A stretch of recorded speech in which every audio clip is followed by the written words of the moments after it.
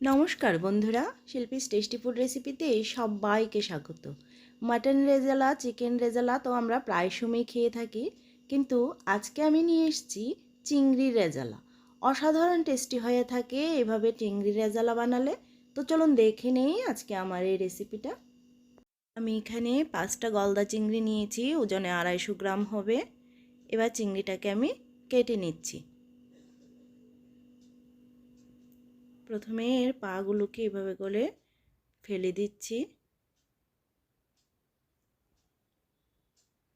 এবার লেজটাকে এভাবে করে কেটে নেব।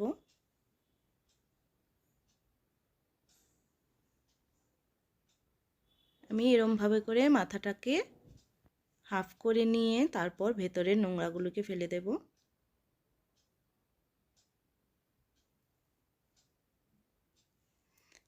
এবার এই পিঠের অংশটাকেও কেটে নিচ্ছি, তাহলে কালো সুতাটা ইজিলি বের হয়ে যাবে। পিঠে যে কালো সুতাটা থাকে এটা বের করে নিতে হবে।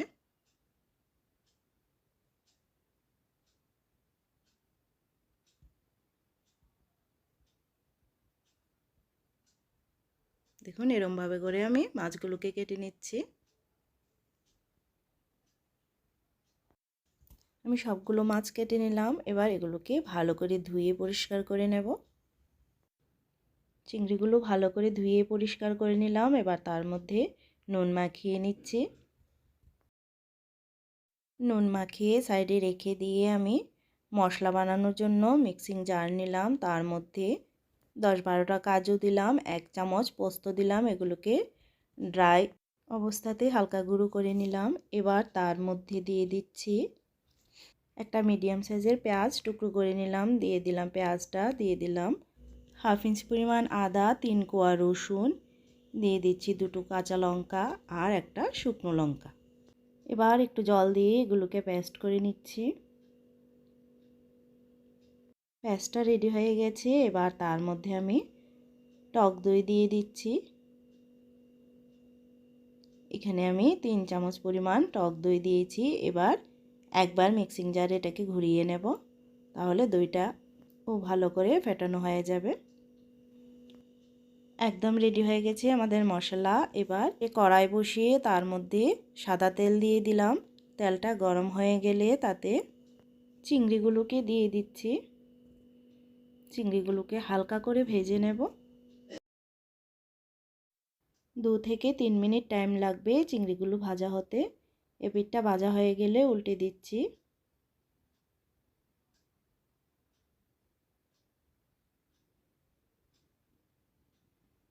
এবার ওই পিঠটা একটু হয়ে গেলে নামিয়ে নেব। মাছগুলোকে নামিয়ে নিচ্ছি।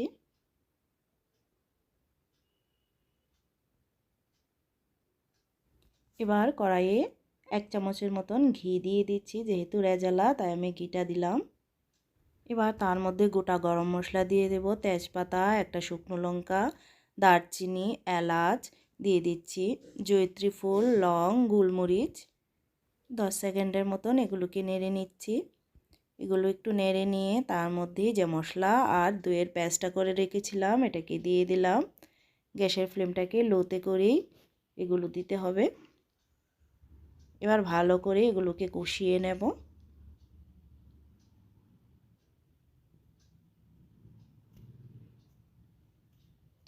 ফ্রিজের টক দই আপনারা ইউজ করবেন না, দইটাকে প্রথমে নর্মাল টেম্পারেচারে এনেই দইটা ইউজ করবেন।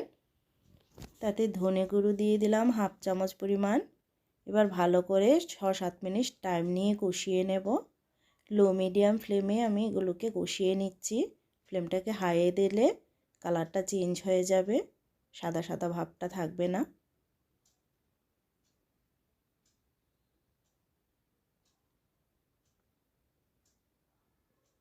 ভালো করে কষানো হলেই রেজালার স্বাদটা বেশি হবে। ঢাকা দিয়ে দিলাম লো ফ্লেমে 2 মিনিটের জন্য। 2 মিনিট পর ঢাকনাটা খুলে নিচ্ছি। দেখুন তেল ছেড়ে দিয়েছে। আরও 2 মিনিট এটাকে কষিয়ে নিচ্ছি। খুবই টেস্টি হয়ে থাকে চিংড়ি রেজালা। আপনারা বাড়িতে একবার অবশ্যই আমার মতো করে ট্রাই করে দেখবেন। আশা করি আপনাদের কাছে খুবই ভালো লাগবে। ভালো করে কষিয়ে নিয়ে তার মধ্যে জল দিয়ে দিচ্ছি। সামান্য জল দিলাম, জলটাকে মিশিয়ে নিচ্ছি।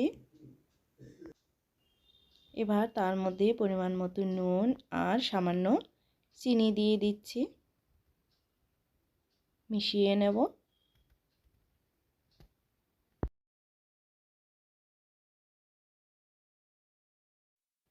গ্রেভিটা ভালো করে ফুটে উঠলে তার মধ্যে হাফ চামচ পরিমাণ গরম মশলা দিয়ে দিচ্ছি। মশলাটাকে ভালো করে মিশিয়ে নেব।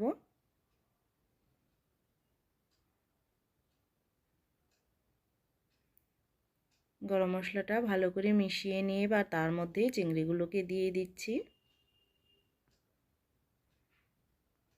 চিংড়িগুলোকে মিশিয়ে নেব। এগুলোকে ভালো করে মিশিয়ে নিয়ে এটাকে লো ফ্লেমে 2-3 মিনিটের জন্য ঢাকা দিয়ে দিচ্ছি। ঢাকনাটা খুলে নিচ্ছি। একদমই রেডি হয়ে গেছে চিংড়ির রেজালা। এবার গ্যাস অফ করে নামিয়ে সার্ভ করে দেব। তো আমার আজকের রেসিপিটা যদি আপনাদের কাছে ভালো লেগে থাকে তাহলে ভিডিওটিতে একটা লাইক করবেন। নতুন বন্ধুদের কাছে চ্যানেলটা সাবস্ক্রাইব করার অনুরোধ রইল। দেখা হচ্ছে নেক্সট ভিডিওতে। সবাইকে ধন্যবাদ।